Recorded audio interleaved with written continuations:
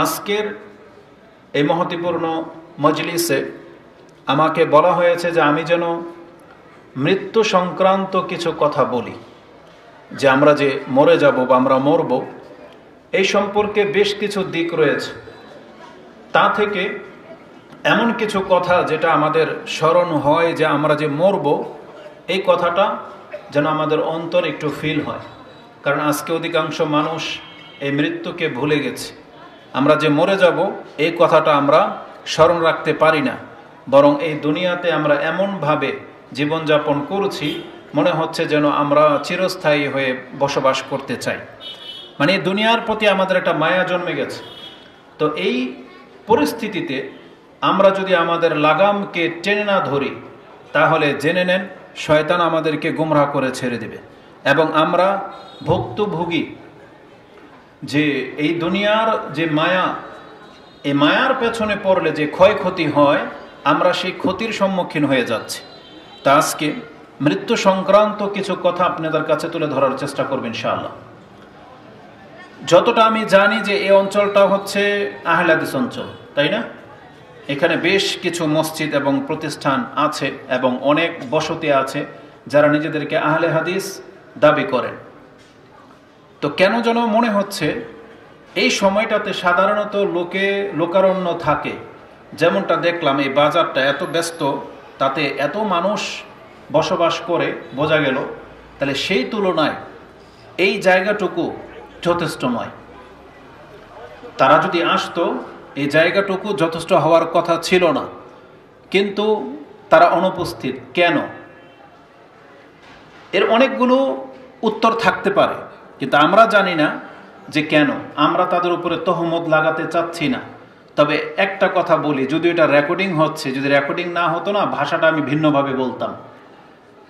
আপনারা শুধু নামের আহলে হাদিস, মানে কোরআন সুন্নাহর দাবিদার, এটা মুখে, শুধু মুখে। বাপদাদার জন্মসূত্রে তো পেয়ে গেছেন, এই জন্য এটার কদর বোঝেন না।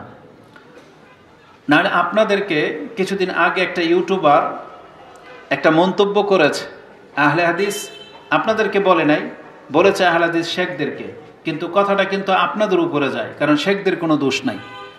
আহলে হাদিস শেখদের বক্তব্য এক ইউটিউবার প্রচার করে না, সে এক বেদাতির বক্তব্য প্রচার করতেছে। আমাদেরই এক ভাই ওকে বলতেছেন যে তুমি এদের বক্তব্য কেন প্রচার করো? তখন সে বলেছে যে আহলে হাদিস এই শেখ সালাফি এরা হচ্ছে গোলালু। কি বলেছে? গোলালু। কারণ এরা স্টেজে বসলে এদের শ্রোতা নাই, এদের বক্তব্যে মানুষ হয় না, এই জন্য এদের বক্তব্য আমরা রেকর্ড করি না। কেন বলেছে? কারণ ওই যে বেদাতীদের যাদের বক্তব্য শোনার জন্য লাখো মানুষের ভিড়, তাদের মধ্যে গ্যাদারিং হয়, হাজারো ক্যামেরা তাদের সামনে উপস্থিত থাকে। তখন আমি ওকে কি বলবো আর? তা আমি ওকে বললাম যে তুমি ওকে বলে দাও যে তোমাদের যাদের বক্তব্য তোমরা রেকর্ডিং করো তারা হলো মিষ্টি আলু। পার্থক্যটা কি জানেন? মিষ্টি আলু নামের আলু, ওটা মানুষ কিন্তু প্রয়োজনে খায় না, ওটা শখ করে মাঝে মাঝে খায়, ওটা কোনো কাজে লাগে না। আপনার ব্যক্তি জীবনে মিষ্টি আলু কোনো কাজে লাগে? ওই নামটাই মিষ্টি আলু। তার মানে তাদের বক্তব্যের মধ্যে মিষ্টি মিষ্টি ভাষা থাকে, ওই হই হাল্লা থাকে, ঠিক না বেঠিক এগুলো থাকে, যেগুলোর মধ্যে ঈমান আমল পরিবর্তন করার মতন কোনো কথা থাকে না, যেগুলোর মধ্যে তাওহীদ নাই, শিরক থেকে বাঁচার কোনো আহ্বান নাই, যেখানে বেদাত সম্পর্কে কঠোর কোনো ভূমিকা নাই। তাদের বক্তব্য শুনতে তো মিষ্টি লাগে, মজা লাগে, এটা হচ্ছে প্রয়োজনের জন্য সে শুনে না, ওটা শখ পুরা করা, জাস্ট মজা লাগা থেকে। যেমন যখন আমি ধর্মকর্ম বুঝতাম না তখন আমি ওই হাবিবুর রহমান যুক্তিবাদীর ওয়াজ শুনতাম আর খিলখিল করে হাসতাম, বোঝেন না? তাদের বক্তব্যের ধরন কি? ওই যে বিআই বলতেছে যে বিয়ের বাসায় গেছে, কাঁঠালের মধ্যে শিক মারছে, তো কাঁঠাল পেকে গেছে। তো বলতেছে বিআই এই সময় অল্প সময় আপনি এই পাকা কাঁঠাল কোথায় পেলেন? কে বিআই? আমি শিক মারছি। তখন বিআই যখন বিয়ের বাসায় গেছে তো সে শিখছে যে ফল শিক দিয়ে পাকাইতে হয়। তো ওই বিয়ের তরমুজের সিজন ছিল, একটা কাঁচা তরমুজ এনে আগের দিন রাতে শিক মেরে রেখে দিছে। দিনের বেলা যখন বিয়ে আসছে এখন তরমুজ তার পাকে না, পচা গন্ধ কয়। তা বলছে কি বিয়ে? তা বলতেছে যে আর বইলেন না, আপনাকে দেখছি না কাঁঠালের মধ্যে শিক মারতে, তা আমিও ভাবছি যে তরমুজে মনে হয় শিক মারলে তরমুজ পাকে, তা আমিও শিক মারছি। তো এই ধরনের ওয়াজ যখন শুনতাম খুব মজা লাগতো। আর ওখানে রাতকে রাত আপনি পার করে দেন, আপনার কোনো ক্লান্তি আসবে না। যে তারা যে সুর সার দেয় মাবুদ বলে দিয়ে এক মানে মাদ 10 মাদ পর্যন্ত টেনে দেয়, এগুলো হচ্ছে তাদের ওয়াজ। আমরা তাদের বিস্ময়কর বোধ করি যে যাদেরকে হাজারো মানুষ ফলো করে। আপনি একটা কথা জেনে নেন, হ্যাঁ হয়তো আমাদের ফলোয়ার কম, কিন্তু আলহামদুলিল্লাহ আমাদেরকে যারা ফলো করে ওর চরিত্র ঠিক হতে বাধ্য। আমাদেরকে যারা ব্যক্তিগতভাবে ফলো করে, আমাদের বক্তব্যকে ফলো করে, ইনশাআল্লাহুল আজিজ তাদের চরিত্র ঠিক হতে বাধ্য, যদি তাদের কপালে আল্লাহ হেদায়েত লিখে রাখে। কিন্তু যাদেরকে দেখবেন লাখো মানুষের ভিড়, তাদের যেমন কি তেমনই। কিন্তু এখানে একটা শিক্ষণীয় বিষয় আছে, যেই বক্তাদের মানে লাখো মানুষ। আর মিথ্যাচারের একটা জবাব বলি, ইউটিউবের মধ্যে এক ভাই পোস্ট করেছে যে ওই যে কক্সবাজারে মিজানুর রহমান আজহারি এবং ওই গ্রুপের যত আলেমদের একটা প্রোগ্রাম গেল কিছুদিন আগে, তো একজন পোস্ট করেছে সেখানে নাকি 20 কোটি মানুষ হয়েছে। তো বাংলাদেশে কয় কোটি মানুষ? হ্যাঁ, 20 কোটির কাছাকাছি। তো তাহলে সব মানুষই, আপনি কি জানেন যে গত 2 দিন আগে যে কক্সবাজারটা প্রোগ্রাম গিয়েছিলেন আপনি? জান নাই? তাহলে আপনি বাদ পড়ছেন। আচ্ছা, কে কে গেছেন এখান থেকে? হাত উঠান দেখি। তাহলে এই সব মানুষগুলো বাদ পড়ছেন। তাহলে রাস্তার মধ্যে আমরা জিজ্ঞেস করি যে কারা গিয়েছে, একটা হাত উঠবে না। তাহলে এরা কি 20 কোটির বাইরে? তখন ধরেই নিলাম যে হ্যাঁ, বাংলাদেশের সব মানুষ গেছে, আর অতিরিক্ত যে মানুষগুলো ইন্ডিয়া, মালয়েশিয়া, ইন্দোনেশিয়া, চায়না থেকে আসছিল, কারণ এদের ফলোয়ার বেশি। তো মানুষের মিথ্যাচারের একটা নমুনা হচ্ছে এগুলো। তো এগুলো ইউটিউবরা খুব মজা নেয়। বক্তায় কি বলল এগুলো ফোকাস না, নিউজ হলো, হেডলাইন হলো বাংলাদেশে এতগুলো ক্যামেরা নাই যতগুলো ক্যামেরা ওখানে উপস্থিত হয়েছে, এটা হচ্ছে হেডলাইন। মানে এমন কোনো নিউজ এত ক্যামেরা ধারণ করে না যত ক্যামেরা ওখানে ছিল। তো মানুষ এগুলো নিয়ে মজা নেয়, এগুলো নিয়ে বাহ মানে এগুলো নিয়ে তারা ক্রেডিট নিতে থাকে। আপনি বলেন তো দেখি, আপনার কি চ্যানেলের ফায়দা হয়েছে? ওই যে শ্রোতাগুলো গিয়েছে, এখান থেকে কি চরিত্র উন্নত করার বা নামাজ পড়ার বা আল্লাহর তাওহীদের দিকে ফিরে আসার অঙ্গীকার গ্রহণ করেছিল? যে আমরা ওয়াদা করতেছি বাংলার জমিন ইনশাল্লাহ আমরা বেনামাজি হব না, আমরা দাড়ি রেখে নেব, আমরা আমাদের চরিত্রকে ঠিক করে নেব। বা যতগুলো ব্যবসায়ী ওখানে উপস্থিত হয়েছে তারা কি এটা ওয়াদা করেছে যে ইনশাল্লাহ আজকের পর থেকে আমরা কাউকে ঠকাবো না, দুর্নীতি করব না? এটা হয় না ওয়াজ। তাহলে না বুঝতে পারবো যে হ্যাঁ, আমাদের শেখেরা গোলালো আর তোমরা হইলা পারফেক্ট। কিন্তু আলহামদুলিল্লাহ আপনি খোঁজ নিয়ে দেখেন, কেবলমাত্র সালাফি আলেমদের বক্তব্যই বাংলাদেশের বিপ্লব এনেছে। সালাফি আলেমদের বক্তব্যের মাধ্যমে আলহামদুলিল্লাহ যুবকরা পরিবর্তন হচ্ছে। কারণ কোরআন হাদিসের মধ্যে সে তাসির আছে, ব্যক্তির চেহারার মধ্যে নাই। কিন্তু তারা ব্যক্তির চেহারাকে ফলো করে, তারা ব্যক্তির রূপ কণ্ঠকে ফলো করে। তারা বক্তব্যের ধরন বা শিক্ষণীয় কোনো বক্তব্য সেখান থেকে পাক বা না পাক, তারা ব্যক্তিকে ফলো করে। তো আমরা এরকম নই। এজন্য আমাদের মাহফিলগুলোতে যদি শ্রোতা একজন হয় আর বক্তা যদি একজন হয়, আমরা মনে করি এটা যদি কোরআন এবং হাদিসের কথা হয় তাহলে আল্লাহর কাছে আমরা সম্মানিত। যদিও বক্তা একজন, শ্রোতাও একজন, কারণ যারা আল্লাহর কথা বলে, আল্লাহর দিকে ডাকে, তারা হচ্ছে আল্লাহর কাছে সম্মানিত। এটার নজির আল্লাহ কোরআনে রেখে দিয়েছেন, যেটা আমরা প্রায় বক্তব্যে বলি। তার বাস্তব উদাহরণ হচ্ছে লোকমান আলাইহিস সালাম। তিনি তার সন্তানকে একাই উপদেশ দিচ্ছেন। বক্তা হচ্ছেন লোকমান আলাইহিস সালাম, আর উপদেশ দিচ্ছেন তার ছেলেকে। আল্লাহ বলছেন ওহুয়া ইয়াইজুহু, তিনি তার সন্তানকে ওয়াজ করতেছেন, নসিহত করতেছেন। ইয়া বুনাইয়া লা তুশরিক বিল্লাহ ইন্না শিরকা লাযুলমুন আযীম। হে আমার বৎস, তুমি আল্লাহর সাথে শিরিক করবে না, এটা কিন্তু বড় অপরাধ, মহাজুলুম। তাহলে এই কথাগুলো আল্লাহর কাছে এত ভালো লেগেছেন যে আল্লাহ সুবহানাহু ওয়া তাআলা সেগুলোকে কোরআনের আয়াত করে রেখে দিয়েছেন। আর এটা হচ্ছে আমাদের দলিল যে আমাদের সংখ্যা দিয়ে আমরা বিচার করি না, আমরা বিচার করি ইখলাসের ভিত্তিতে, এবং আমরা বিচার করি কোরআন হাদিসের ভিত্তিতে। যে এই মাহফিলগুলোতে তারাই উপস্থিত হয় যারা মূলত কিছু শিখতে চায়। তারা তামসা দেখার জন্য এখানে উপস্থিত হয় না, কিন্তু ওই সমস্ত মাহফিলগুলোর মধ্যে তামসা দেখার জন্য মানুষ যায়। আর যদি এটা না হতো তাহলে তারা প্রমাণ করে দেখাক যে তাদের বক্তব্যের কারণে আজকে বাংলার সমস্ত যুবকরা তাওহীদবাদী হয়ে গেছে, সমস্ত যুবকরা এই সমস্ত উশৃঙ্খলা জীবন ছেড়ে দিয়ে কোরআন সুন্নাহকে ধরে নিয়েছে। প্রমাণ করে দেখাক, কিন্তু দেখাইতে পারবে না। সেই তুলনায় আলহামদুলিল্লাহ আমাদের শিক্ষকদের, সালাফি আলেমদের, শ্রোতাদেরকে জিজ্ঞেস করেন, তারা কোনো না কোনো সালাফি আলেমের নাম বলবে যে হ্যাঁ আমরা উমুকের বক্তব্য শুনে আলহামদুলিল্লাহ পরিবর্তন নিয়ে এসেছি। তো এটা হচ্ছে কোরআন এবং সুন্নাহওয়ালাদের বৈশিষ্ট্য। এই জন্য সংখ্যা দিয়ে বিচার করতে হবে না, আর হীনতা নয়। তবে ওই যে লোকটা বলেছেন আমাদের শেখদেরকে, না, তাহলে শেখদের দিকে সেই কথাটা যাবে না, এটা আপনাদের দিকে যাবে, শ্রোতাদের দিকে যাবে, যারা আহলে হাদিসের নিজেদের দাবি করেন কিন্তু নিজেদের মাহফিলের মধ্যে উপস্থিত হন না, খুতবায় আসেন সবার শেষে, আপনারা আপনাদের আলেমদেরকে মূল্যায়ন করেন না, চেহারা বুঝে বুঝে বক্তব্যে বসেন। অথচ উচিত কি ছিল, এখানে ডক্টর ইমাম হোসাইন আলোচনা করেছেন, তারপরে আরও কেউ বসবেন, আমি এসছি, তারপরে আমাদের উস্তাদ শেখ সাইফুদ্দিন বেলাল ভাই বসবেন, তারপরে আমাদের আরেকজন শেখকে দেখলাম সেখানে, নামটা ভুলে গেলাম তো, না মুখলিস তো চলে গেছেন, আপনাদের এখানে যিনি সভাপতিত্ব করবেন আজকে আব্দুল্লাহ শাহেদ মাদানী হাফেজাহুল্লাহ, তাহলে তিনি আছেন। তাহলে আপনি নেবেন কার কাছ থেকে শিক্ষা পাওয়া যাবে, উপদেশ নেওয়া যাবে।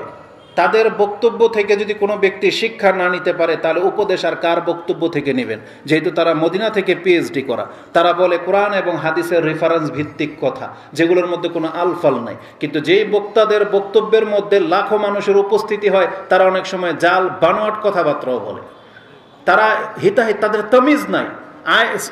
খাদিজা রাদিয়াল্লাহু তাআলা আনহার কবরের পাশে রাসূল সাল্লাল্লাহু আলাইহি ওয়াসাল্লাম দাঁড়ানো, আর রাসূলকে বলা হচ্ছে যে আপনি চলে যান। রাসূল বলতেছেন আবু বকর তুমি চলে যাও। খাদিজাকে এখন প্রশ্ন করা হবে, আমাকে উত্তর দিতে হবে। আল্লাহ নাকি তাকে ওহী করলেন, মুহাম্মদ আপনি চলে যান, খাদিজা যদি আটকে যায় আমি আল্লাহ প্রশ্ন উত্তর দিয়ে দিব। এই বক্তারা এই কথা তাদের বক্তব্যে বলে, তাহলে তার তামিজই নেই কোনটা বলা যাবে কোনটা বলা যাবে না। তাহলে তাদের বক্তব্যে যদি লাখ হোক কেন পুরা বাংলার মানুষ ঝুঁকে যায়, তাতে আমাদের কিছু যায় আসে না। আমাদের কথা হলো কোরআন হাদিস ভিত্তিক কথা হলে তার বক্তব্যে যত অল্প হোক সেই ব্যক্তির কোনো দোষ নাই, আমাদের আলেমদের কোনো দোষ নাই। কারণ তারা প্রচেষ্টা করতে গিয়ে কম প্রচেষ্টা করে না, তারা মানুষকে তেলমারা কথা বলে না, এবং যে কথাগুলো শুনতে শ্রুতিমধুর হয়, যে কথা শুনলে নিজের দিকে একটা ইটাও আসবে না, তারা ওই ধরনের কথা বেছে বেছে বলে না। তারা যেটা হক সেটা বলে, চাই দুনিয়ার অনুকূলে চলে যাক, তারপরেও তারা এগুলোর ক্ষেত্রে কোনো দ্বিধা করে না। এই পর্যায়ে তারা শিরিক এবং বিদাতের দাওয়াত দিয়ে যাচ্ছেন এই বাংলার জমিনে, কিন্তু আপনারা তাদেরকে মূল্যায়ন করেন না। তাহলে এই গোলালোটা তারা না, গোলালোটা হচ্ছে আমাদের শ্রোতাগুলা, যারা ব্যক্তি বোঝে না যে কার কাছ থেকে দিন নিতে হবে। তারা ওই যে ফেমাস হওয়া জিনিসকে খোঁজে। আরে ফেমাস হওয়া তো তাহেরির কম ফেমাস না, ওই মমতাজ যে ছিল সেও কম ফেমাস না। বক্তব্যের ব্যক্তিত্বের কথা যদি বলি তাহলে আমাদের দেশের যিনি প্রধানমন্ত্রী ছিলেন তার বক্তব্য তো লাখো মানুষ হইতো, তাই না? এখন বর্তমানে যারা ক্ষমতায় আসতে যাইবে, বিএনপির চেয়ারপারসনকে বসিয়ে দেন, তার চেহারা দেখতেই এসে যাবে 5, 6, 10 লাখ মানুষ। তাহলে এটা কি হকের দলিল নাকি? এই জন্য মানুষ বেশি হইলেই হক হয় না। এই জন্য জ্ঞানীদেরকে মূল্যায়ন করার চেষ্টা করেন। লজ্জা লাগবে না যখন আপনাদের এত বড় বড় শেখদেরকে ইনভাইট করে আনছেন আর আপনাদের ফিল্ড খালি, আপনাদের লজ্জা লাগবে না? তাহলে এই অঞ্চলের মানুষের কি কোনো হিতাহিত জ্ঞান নাই? তাহলে উচিত হলো মূল্যায়ন করা। কিন্তু এই জাতির এই কমন সেন্সটাই হয়নি এখন পর্যন্ত যে কাদের বক্তব্যের মধ্যে উপস্থিত হতে হবে, উপদেশ নিতে হবে।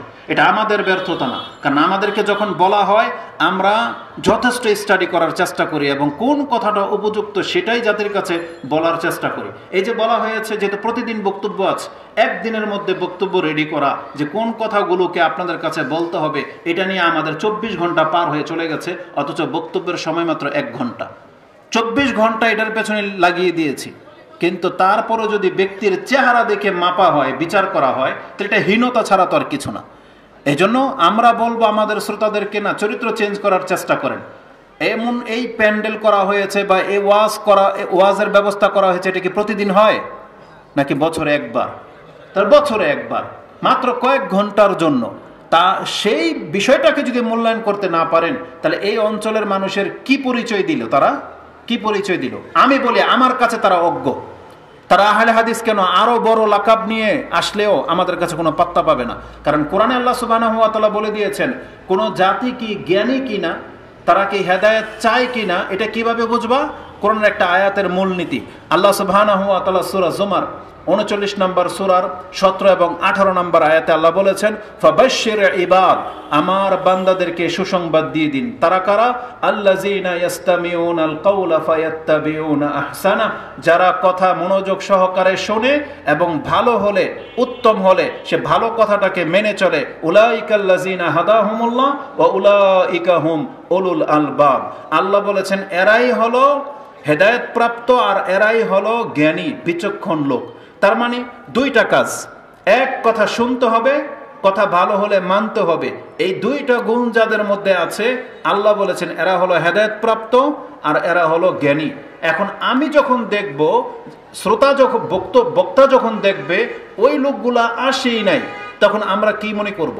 তার মানে এই অঞ্চলের মানুষগুলো হেদায়েত চায় না, এই অঞ্চলের মানুষগুলো বিচক্ষণ না, এরা জ্ঞানী না, উলুল আলবাব না। তার মানে এরা অজ্ঞই থেকে যেতে চাচ্ছে। কারণ যদি অজ্ঞতা দূর করতে হয় তাহলে আপনাকে শুনতে হবে, তিনটা জিনিসকে কাজে লাগাতে হবে। আপনার দৃষ্টিশক্তি, আপনার শ্রবণ শক্তি, না হলে আপনার জবান। আপনাকে কোরআন পড়তে হবে, না হলে কোরআন শুনতে হবে। এখন আপনি কোনোটাই করেন না, তাহলে আপনি হেদায়েত পাবেন কিভাবে? এই জন্য মোটেও কাম্য নয় এই ধরনের আচরণ এই এলাকাবাসী। এই জন্য যখনই এই ধরনের আয়োজন হবে, খুতবাতে খুব কড়া ভাষায় তাদেরকে বলে দিতে হবে যে অন্তত তারা যেন নিজেদের এলাকার সম্মানকে না ক্ষুণ্ণ করে। কারণ এটা হচ্ছে এলাকার সম্মান নষ্ট করা। অমুক অমুক জায়গায় তারা এই বক্তারা কিন্তু গিয়ে অন্য এলাকায় গিয়ে এটাকে আবার এক্সাম্পল হিসেবে তুলে ধরে যে অমুক অঞ্চলে কাজীবাড়ির এক অনুষ্ঠানে গিয়েছিলাম, সুবহানাল্লাহ, মানুষ পাড়া দেওয়ার মতো জায়গা ছিল না। তারা এতটা আগ্রহ দেখায়, এগুলো গিয়ে বলবে। কিন্তু যখন মাঠ খালি থাকবে তখন এটাও কিন্তু এক্সাম্পল একবারে আপনার এলাকার নাম সহ উল্লেখ করবে। তো এটাকে মাথায় রাখবেন। তা আমি মনে করি যাদের কান পর্যন্ত কথা যাচ্ছে, আমাদের শেখ আসার আগে অবশ্যই তাদেরকে বলবো আমরা এখানে উপস্থিত হন। আরেকটা ব্যাপার হলো, যিনি একটু আগে যিনি কালেকশন করছিলেন, এটা কিন্তু তার নিজের জন্য কালেকশন করছিলেন না, এটা কিন্তু এই মাদ্রাসার জন্য, এই প্যান্ডেলের জন্য, এই যাদের যা খরচ হয়েছে সেই জন্য কিন্তু কালেকশন করতে চেয়েছিলেন। কিন্তু ঢাকার মতো উত্তরার মতো জায়গায় থাকে নিশ্চয়ই আপনারা কেউ ভিখারি না, নিশ্চয়ই কেউ অভাবী না। কারণ এইসব জায়গায় যারা থাকে কম তারা মধ্যবিত্ত পরিবারের লোক আর আপার লেভেলের লোক। কিন্তু দেখেন অন্তর হয়ে গেছে আমাদের মতো। আমরা তো গ্রামে থাকি, আমাদের তত শান শৌকত নাই, তা আমাদের মতো হয়ে গেছে অন্তর। মানে পকেটে থাকলে যে বেরোবে এমনটা না। আর আরেকটা জিনিস আমি লক্ষ্য করে দেখেছি, এই স্বভাবটা আমি আহলে হাদিসের মধ্যে দেখলাম, কেন জানি না। গত বক্তব্যে একটা টাঙ্গাইলে দেখতে পেয়েছি, কোরআন হাদিস দিয়ে যদি দান করতে বলা হয় মানুষের পকেট থেকে টাকা বেরোয় না। কিন্তু এক বক্তা বলতেছেন, কে আছেন 1000 টাকা দান করবেন, আল্লাহ তাকে কোরআনের এক পারার সঙ্গী বানিয়ে দাও। কে আছে 1000 টাকা দান করবেন, দিল। বলছে এখন কে আছেন দ্বিতীয় পারার সঙ্গী হবেন, দিল 1000। কে আছে এখন তৃতীয় পারার সঙ্গী হবেন, দিল 1000। আমি আশ্চর্য হয়ে গেলাম যে আহলে হাদিসের মঞ্চ বলতেছে কোরআন সুন্নাহ দিয়ে আলোচনা হয়, সবই বিচক্ষণ আহলে হাদিসের লোক। এতক্ষণ কোরআন হাদিস বলছে এক টাকাও বেরোয় না। যখন বলছে কে আছে কোরআনের এক পারার সঙ্গী হবেন, কিয়ামতের মাঠে এক পারার সাথে উঠবেন, 1000 টাকা বের করে দিয়ে দিল। এইভাবে 30 জন 30,000 টাকা দিয়ে দিল। আচ্ছা, এর কোনো ভিত্তি আছে? কোরআনের সঙ্গী হয়ে উঠবেন মানে কোরআন কি আপনি 1000 কে 1 কোটি টাকাতে কিনতে পাবেন? কোরআনের সঙ্গী কি টাকা দিয়ে হওয়া যায়, নাকি আমল করতে হবে? আল্লাহ তো সুবহানাহু ওয়া তাআলা কোরআনকে পড়তে বলেছেন। যে ব্যক্তি কোরআন পড়বে সে হচ্ছে সাহেবুল কোরআন। কোরআন যে মানে সে হচ্ছে সাহেবুল কোরআন। এরা হচ্ছে আহলুল্লাহ। আর আপনি সেই মর্যাদাটা 1000 টাকা দিয়ে কিনতে চান? আর বক্তাও যেমন, ওই আপনারাও তেমন।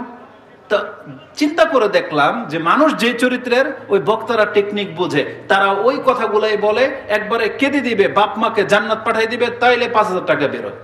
এমন কেন? মানে সব ক্ষেত্রে মানুষ মানে কোরআন হাদিস থেকে ভিন্ন কিছু চায়, মানে আমাদেরকে ভিন্ন কিছু শোনাক। অথচ যেখানে আল্লাহ সুবহানাহু ওয়া তাআলা, রাসূল বলেছেন, আস-সাদাকা তুতফিউল খাতিয়া কামা ইউতফিউ আল মাউন নার।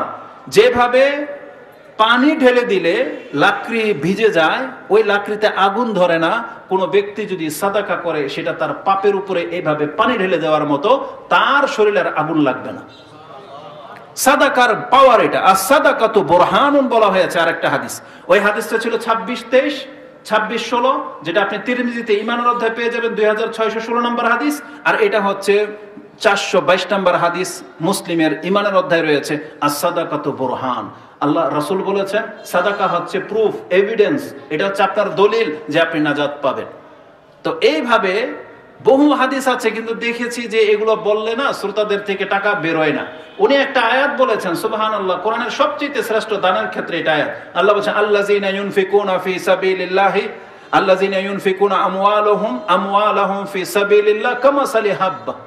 এটা একটা দানার মতো, আমবাতাত সাবআ সানাবিলা ফি কুল্লি সুমবুলাতিন মিয়াতু হাব্বা। এটা এমন একটা দৃষ্টান্ত, আল্লাহ বলেছেন মানুষ এত অজ্ঞ হয় কি করে, ওর চোখের সামনেও দেখতে পাচ্ছে যে একটা দান ফেললে ওখান থেকে একটা গাছ জন্মায়, আর সেই গাছ থেকে শীষ জন্মায়, প্রত্যেকটা শীষে আমি আল্লাহ 100টা করে ধান দিচ্ছি, ওই 1 মণ ধানের বিনিময়ে ঘরের মধ্যে 10 মণ ধান নিয়ে যাচ্ছে, 100 মণ ধানের মালিক হয়ে গেল।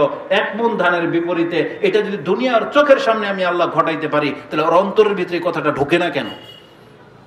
এটা তাহলে এক্সাম্পল দিয়ে দেখিয়ে দিয়েছে যে তোমার 1 মণের দান যে তোমার ঘরে 10 মণ তুমি উঠাইতে পারতেছো, তো তুমি আল্লাহর আর কথাকে কিভাবে আর তোমার অন্তরের ভিতরে ঢুকাবে আল্লাহ? অথচ আমরা এগুলোর মূল্যায়ন করি না। না, অবশ্যই আপনাদেরকে যারা দান করেছেন জাযাকুমুল্লাহু খাইরান, আল্লাহ আপনাদেরকে উত্তম বিনিময় দান করুন। আমার মনে হয় দানের সাবজেক্টটা আসলেই বিনা কোনো যুক্তিতর্কে আপনাদেরকে বলা হবে দান করেন, দান করবেন। রাসূলুল্লাহ সাল্লাল্লাহু আলাইহি সাল্লাম কিন্তু মাঝে মাঝে উপদেশগুলো দিতেন, কোরআনের আয়াত মাঝে মাঝে নাজিল হতো, কিন্তু রাসূল সাল্লাম প্রয়োজন অনুযায়ী যখন বলতেন দানের স্তূপ পড়ে যেত। রাসূল এত শুধু বলতো কার কাছে কি আছে দাও, নাকি রাসূল সাল্লাম তখন ফজিলত বর্ণনা করতো, 1 ঘন্টার বক্তব্য করতো? রাসূলের একটা কথায় যার যা আছে তা দিত। তো আপনারা যখন এখানে আসবেন আপনারা এটা জানেন যেটা প্রয়োজন, এখানে গেলে আমি কিছু নেকি কামাবো, দান করতে বলা হবে, আমি যেন লজ্জা না পাই, আমাকে আমার সামর্থ্য অনুযায়ী দান করতে হবে, এটা উচিত। কিন্তু আমাদেরকে 1 ঘন্টা লাগে একজন কালেকশনের বক্তাকে বসাইতে হয় শুধুমাত্র দানের ফজিলতটা তুলে ধরার জন্য। আর এরা এমন ব্যক্তি হয়, আমাদেরকে যদি বলেন যে কালেকশনের বক্তব্য করেন, আমি হয়তো কোরআন হাদিস থেকে বক্তব্য করবো, আমি নিশ্চিত আপনারা হয়তো এখান থেকে 5,000 টাকা উঠবে না। কিন্তু এই জন্য কালেকশনের বক্তা বসাইতে হয় কেন? কারণ তার টেকনিক আছে, সে আপনারা একেবারে আগা থেকে গোড়া পর্যন্ত উদ্ধার করে ছেড়ে দিবে, তাই এরপরে আপনার টাকা বেরোবে। আর নাম, এই যে নাম, ওই যে কি অমুক, ওই অমুক অমুক অমুক, ওই নাম শুনলে দেখলাম টাকা বেরোয়। কেন এটা? কেন আল্লাহ এটাকে নিষেধ করে না এই কাজটা করতে? হ্যাঁ ঠিক আছে, প্রকাশ্য দান করার ফজিলত আছে, কিন্তু ওই নামটা না নিলে মাইকে দেখলাম যে টাকা বেরোয় না, এটা তো হওয়া উচিত না। তো আল্লাহ সুবহানাহু ওয়া তাআলা সবারই কল্যাণ করুক, যারা প্রকাশ্যে দেয় এবং গোপনে দেয়, সবারই কল্যাণ করুন, আমিন ইয়া রাব্বাল আলামিন। তবে আমাদের কথা হচ্ছে আমাদের দৃষ্টিভঙ্গিটাকে একটু চেঞ্জ করতে হবে, কারণ যেহেতু আমরা কোরআন এবং সুন্নাহ অনুসারী, এটা আমাদের দাবি, তাই না? তাহলে এটা যখন আমাদের দাবি, এটা আমাদেরকে আমলে রূপান্তরিত করতে হবে। আল্লাহ আমাদেরকে ক্ষমা করুন, আমিন। তো আমাদের বিষয়বস্তু ছিল, আমাকে বলা হয়েছে যে আমি যেন মৃত্যু নিয়ে কথা বলি।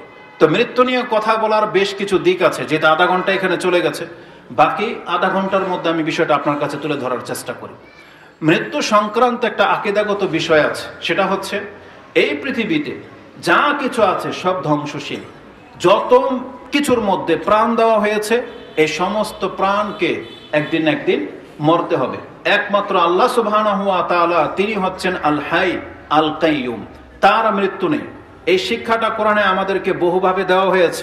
যেমন আপনি একটা আয়াত তো জানেন যে আল্লাহ হচ্ছেন চিরঞ্জীব, আল হাইয়ুল কাইয়ুম, যেটা আমরা আয়াতুল কুরসির মধ্যে পেয়ে থাকি। যে আয়াতুল কুরসি ছোট থেকে নিয়ে বৃদ্ধ বয়সের পর্যন্ত সবারই মুখস্থ আছে, আর তার প্রথম জুমলাই এটা যে আল্লাহ লা ইলাহা ইল্লা হুয়াল হাইয়ুল কাইয়ুম, আল্লাহ একাই হচ্ছেন আল হাই, আর কাউকে তিনি চিরঞ্জীব করে পৃথিবীতে পাঠাননি, কেউ না। তার মধ্যে উল্লেখযোগ্য ব্যক্তি হচ্ছেন মুহাম্মদুর রাসূলুল্লাহ সাল্লাল্লাহু আলাইহি সাল্লাম। যখন আল্লাহ তাকে পর্যন্ত মৃত্যু দিয়ে দিয়েছেন, পৃথিবীতে আর কোনো ব্যক্তি জীবিত থাকার কথা নয়। যে দাবি করবে সে মুশরিক বলে প্রমাণিত হবে। যে বলবে যে আমাদের অমুক পীর মরে না বা অমুক ব্যক্তি মরে না, সে জীবিত আছে, সে যে কেউ হোক, তাহলে এই ব্যক্তি হবে মুশরিক। যেমন ওই কুমিল্লা তিতাস দিয়ে একটু ভিতর দিকে গিয়েছিলাম, সেখানে নাকি একটা মাজারে আছে, সেটা নাকি জিন্দা ওলির মাজার। বলছে এটার নাম জিন্দা ওলির মাজার কেন? বলতেছে আল্লাহর এই ওলি জিন্দাই আকাশে উঠে গেছেন, তাকে কবর দেওয়া হয়নি। বুঝেন?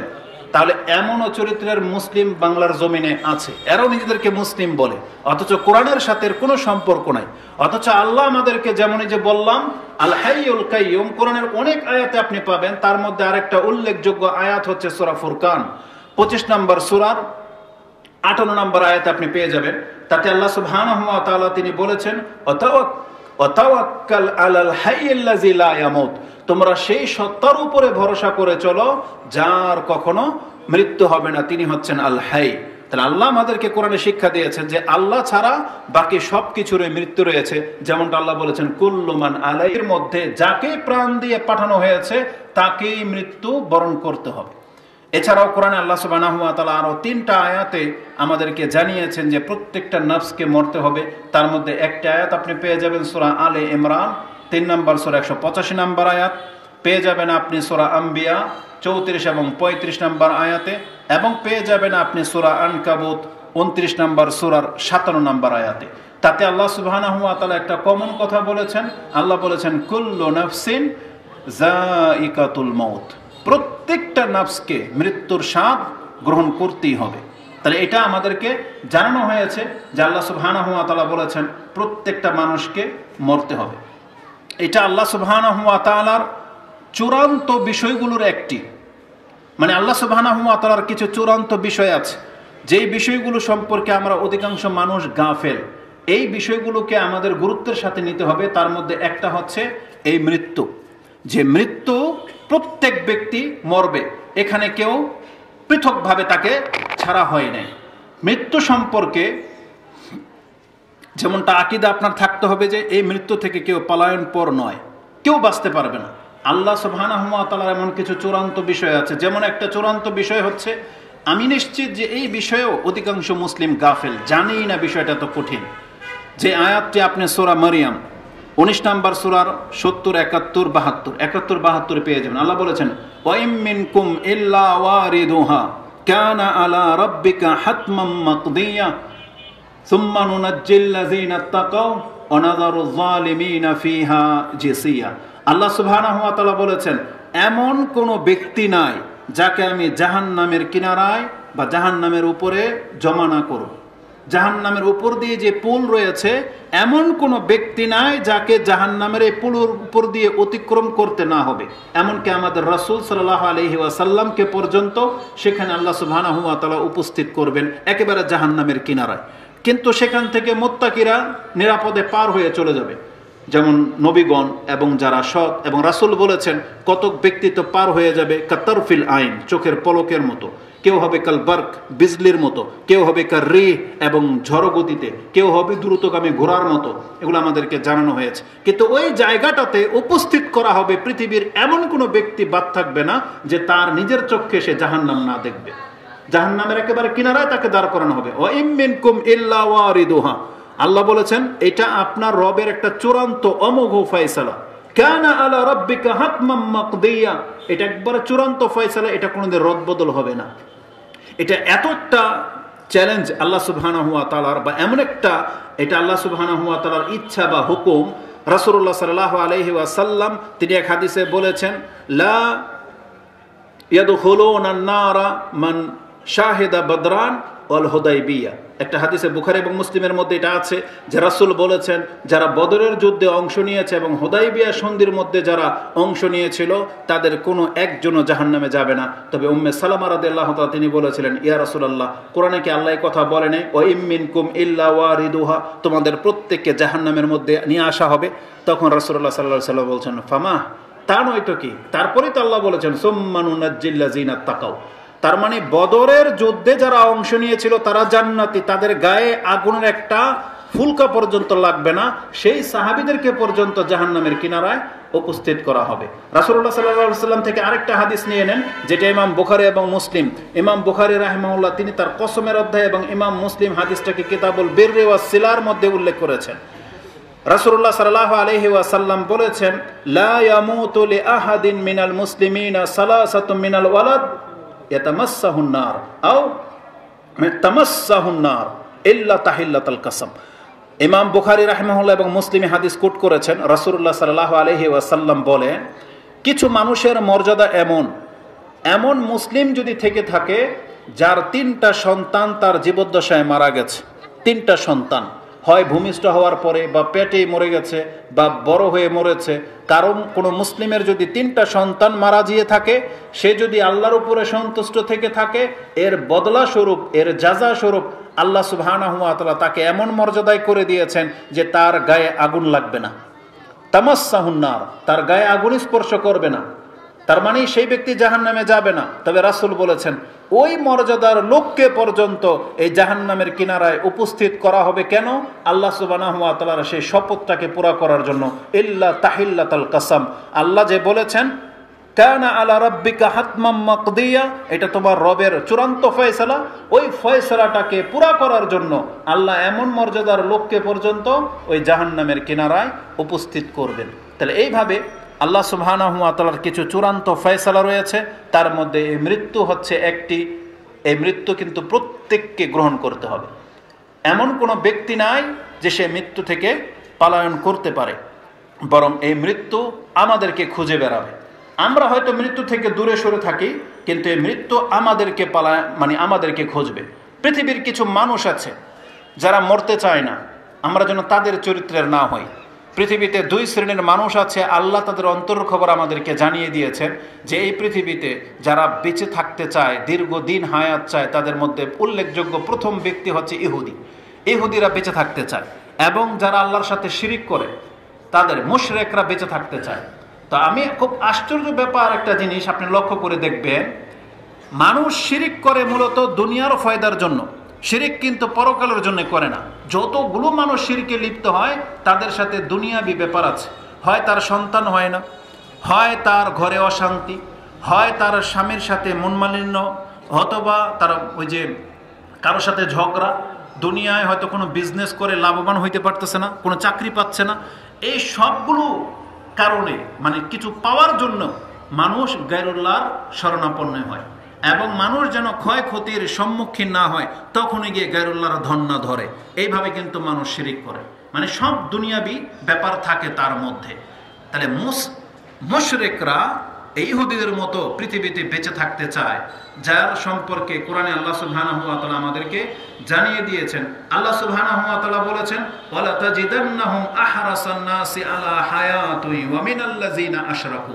হে নবী, আপনি দেখতে পাবেন এই পৃথিবীর মধ্যে যারা ইহুদি এবং যারা আল্লাহর সাথে শিরিক করে, তারা এই পৃথিবীতে দীর্ঘদিন বেঁচে থাকতে চায়, দীর্ঘদিন বেঁচে থাকতে চায়, যেটা আপনি সূরা বাকারার 96 নম্বর আয়াতে পেয়ে যাবেন। এটা হচ্ছে অমুসলিমদের মধ্য থেকে। আর আমভাবে মানুষের মধ্য থেকে একটা শ্রেণীর মানুষ আছে যারা পৃথিবীতে দীর্ঘকাল বেঁচে থাকতে চায়, তারা মৃত্যুটাকে অপছন্দ করে, সেটা মুসলিম হোক আর কাফের হোক। তারা হলেন বৃদ্ধ বয়সের লোক, যাদের বয়স বেশি হয়ে যায়, দুনিয়া অনেক বেশি দেখে ফেলে, দীর্ঘদিন দুনিয়ার সাথে যাদের মায়া জন্মে যায়, তখন তারা আর মরতে চায় না। রাসূলুল্লাহ সাল্লাল্লাহু আলাইহি ওয়াসাল্লাম আমাদেরকে এই সংবাদটা দিয়েছেন যে তোমরা ওই ব্যক্তিদের মতো হয়েও না যারা দীর্ঘদিন দুনিয়ার মায়ায় জড়িয়ে যাওয়ার কারণে তখন বয়স যখন বেশি হয়ে যায়, অনেক কিছুর তার নিজের হাতে করা, নিজের হাতে গড়া বাড়ি, নিজের হাতে গড়া সন্তানগুলো এখন যখন ইনকাম করা শুরু করে দিয়েছে, এখন যখন তার রিটায়ার্ড হওয়ার সময় চলে আসছে, এখন তার মরতে কষ্ট হবে। যখন তিনি তার এত প্রপার্টি দেখবে, তার এত শান শৌকত দেখবে, বিশেষ করে যারা অবৈধভাবে সম্পত্তি অর্জন করে, তারা কিন্তু দেখতে মরতে তাদের কলিজা ফেটে যাবে। মরার সময় এগুলোর পেরেশানিতে তার কলিজা ফেটে যাবে, কিন্তু সে মরতে চাইবে না। এই জন্য রাসূলুল্লাহ সাল্লাল্লাহু আলাইহি ওয়াসাল্লাম বলেছেন লা ইয়াজালু কালবুল কাবীর, বয়স্ক মানুষের অন্তর থেকে 2টা জিনিস কখনোই শূন্য হয় না।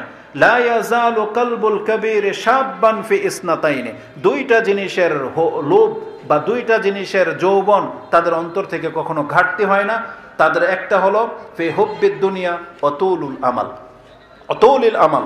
রাসূল বলেছেন মানুষ যখন দিন দিন বয়স বেড়ে যায়, তখন তার বেঁচে থাকার আকাঙ্ক্ষাটাও বেড়ে যায়, এবং সে আরও বেশি সম্পদের মালিক হওয়ার লোভ তার মধ্যে জন্মে যায়। এই হাদিসটা ইমাম বুখারী এবং মুসলিম কোট করেছেন।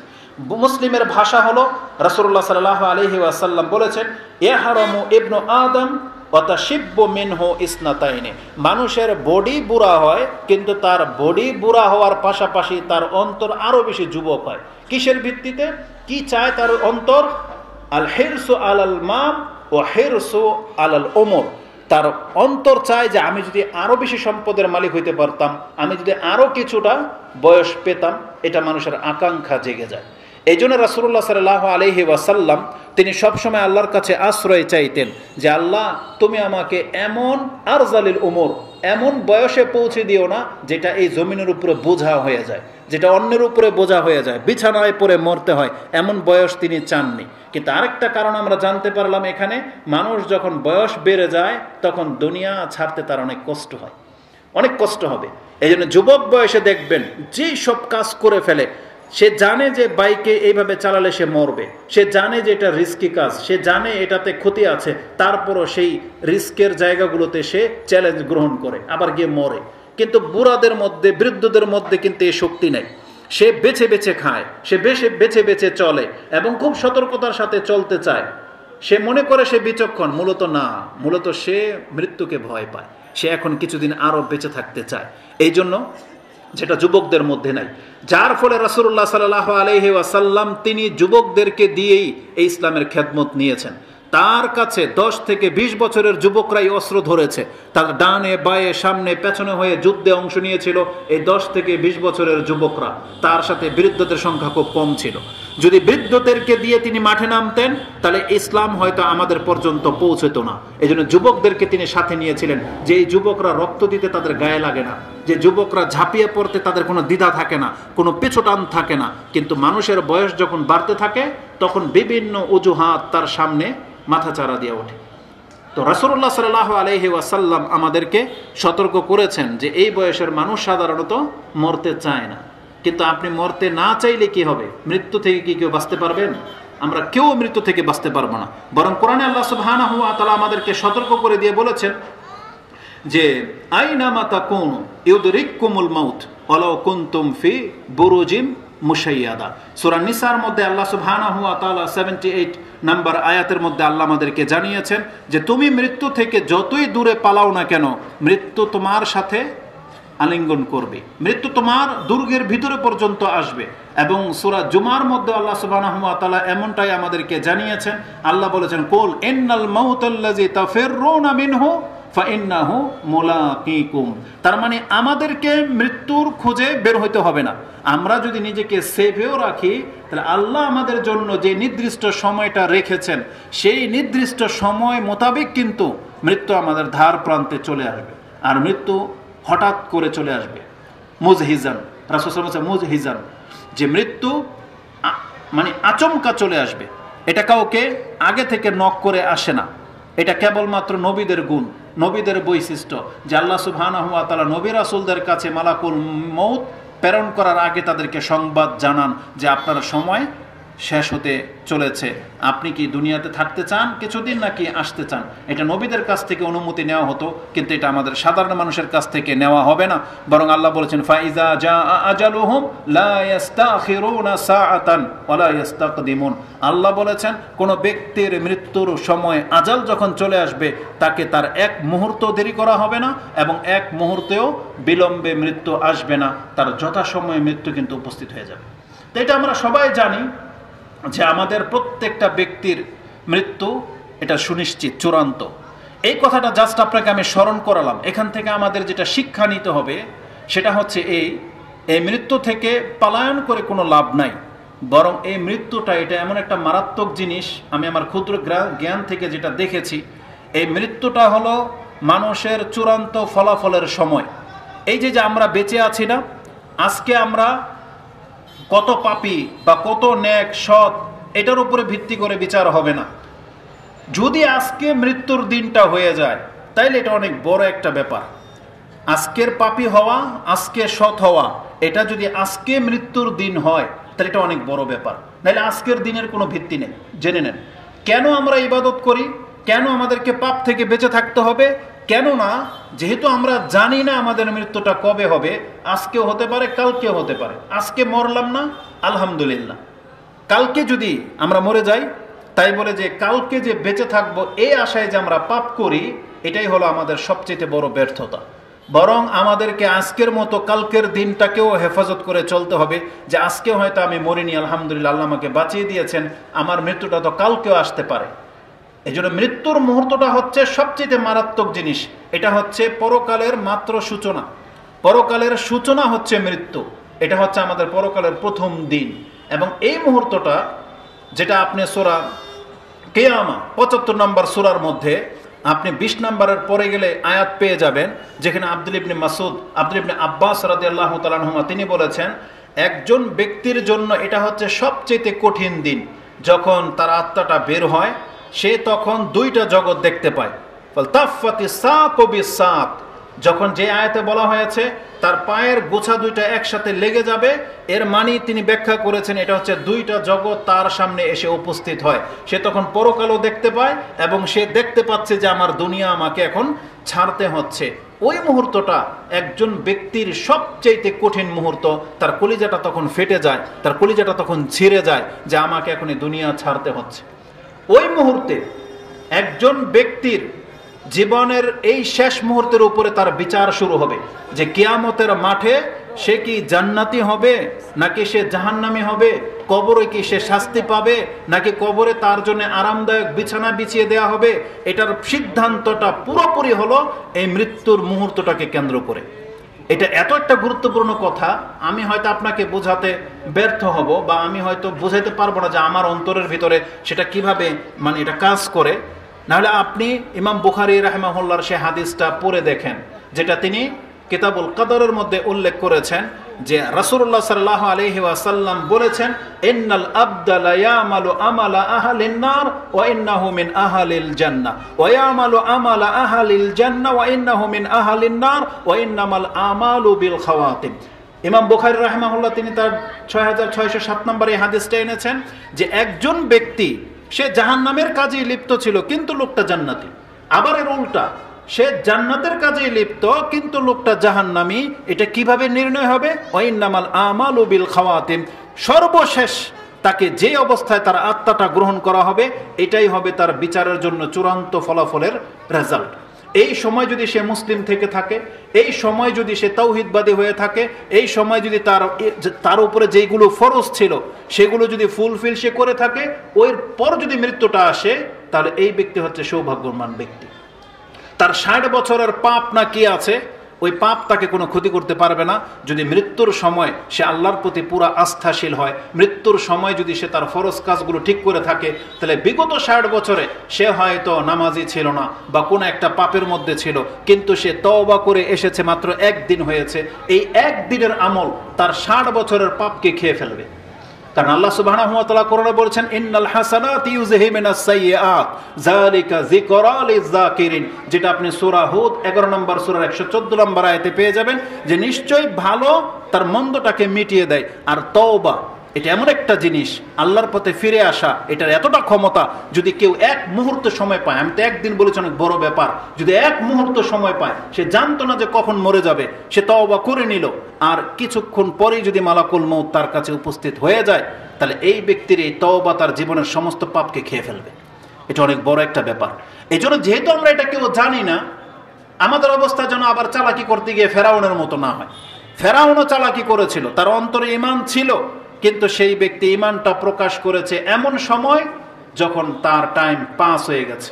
কোরআনের মধ্যে সেই কথাটা উল্লেখ আছে, ফেরাউনের মতন তওবা হয়তো আমরাও করতে পারি না। এই বাক্য হয়তো আমরাও আমাদেরকে না শিখালে বলতে পারবো না। এত চমৎকার ভাষায় ফেরাউন তওবা করেছিল, যেটা আল্লাহ সুবহানাহু ওয়া তাআলা কোরআনের মধ্যে সূরা ইউনূস 10 নম্বর সূরা 90-91 নম্বর আয়াতে আপনি পেয়ে যাবেন।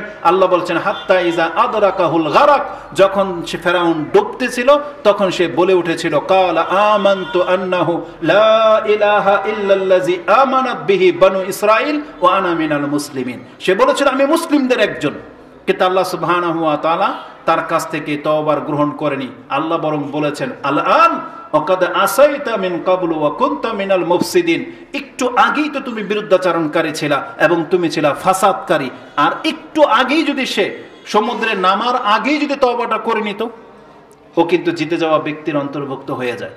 এজন্য আমাদের অবস্থা যেন এমন না হয় যে আমরাও হয়তো লা ইলাহা ইল্লাল্লাহ বলবো বা তওবা করব, কিন্তু মালাকুল মউত দেখে নেওয়ার পর আল্লাহ সুবহানাহু ওয়া তাআলা কোরআনের মধ্যে স্পষ্ট ভাষায় বলে দিয়েছেন, যে আয়াতটা আপনি সূরা আনআম 6 নম্বর সূরার 158 নম্বর আয়াতে পেয়ে যাবেন। আল্লাহ বলেছেন, ইয়াউমা ইয়াতি বাদু আয়াতি রাব্বিক লা ইয়ানফাউ নাফসান ঈমানুহা লাম তাকুন আমানাত মিন ক্বাবলু আও কাসাবাত ফি ঈমানিহা খায়রা। যদি কোনো ব্যক্তি ঈমান না এনে থাকো তাহলে মালাকুল মউত দেখে ফেলার পরে ঈমান আনলে কাজ হবে না। আর যারা ঈমান নিয়ে বসে আছো, 5 ওয়াক্ত সালাত আদায় করতেছো না, হারাম ছাড়তেছো না, তাহলে তুমি মালাকুল মউত দেখে নেওয়ার পরে যতই বলেন না কেন যে রাব্বি লাউলা আখারতানি ইলা আজালিন কারীব লা আসাদদাকা ওয়া আকুম মিনাস সালিহিন, আল্লাহ বলবেন এখন আর কাজ হবে না। ওয়ালা ইউআখিরুল্লাহু নাফসান ইযা জাআ আজালুহা। তা আমাদের শেষ চলে আসছে, এটা আমার সংক্ষিপ্ত মেসেজ ছিল। যদিও অনেকগুলো বিষয় ছিল, আমি শুধু আপনাকে এটা স্মরণ করিয়ে দিতে চাচ্ছি। দেখেন, মৃত্যুটা কিন্তু একটা চূড়ান্ত ফয়সালার দিন। এজন্য আমাদের মৃত্যুটা কোন অবস্থায় হবে এটা আমাদেরকে ডিসাইড করতে হবে, যে সেই মৃত্যুটাকে আপনি ভালো জায়গায় হতে চান না মন্দ জায়গায় হতে চান। সেটাকে মুমিন অবস্থায় আত্মাটাকে বের করতে চান, নাকি আমরা পাপের হারামখোর অবস্থায় মন্দ অবস্থায় বের করতে চান, এটা আমাদেরকে সিদ্ধান্ত নিতে হবে। অথচ আল্লাহ সুবহানাহু ওয়া তাআলা কিন্তু আমাদেরকে পরীক্ষা করে যাচ্ছেন, এই মালাকুল মউত যখন তখন চলে আসতে পারে। অতএব সৌভাগ্যবান হবেন ওই ব্যক্তি যেই ব্যক্তির মৃত্যুটা হবে মুসলিম অবস্থায়, যেই ব্যক্তির মৃত্যুটা হবে পরকালের ঈমানের অবস্থায়। এই মর্মে ইমাম মুসলিম এবং মুসনাদ আহমদের একটা হাদিস বলে দিয়ে আমি এটা শেষ করে দেব। কোরআনে আল্লাহ সুবহানাহু ওয়া তাআলা বলেছেন যে ইয়া আইয়ুহাল্লাযীনা আমানুত্তাকুল্লাহা হাক্কা তুকাতিহি ওয়া লা তামুতুন্না ইল্লা ওয়া আনতুম মুসলিমুন। দেখো, মরবে তো সবাই, অন্তত তুমি কিন্তু মুসলিম না হয়ে কিন্তু মরো না। এটা আমাদেরকে আল্লাহ বলে দিয়েছেন।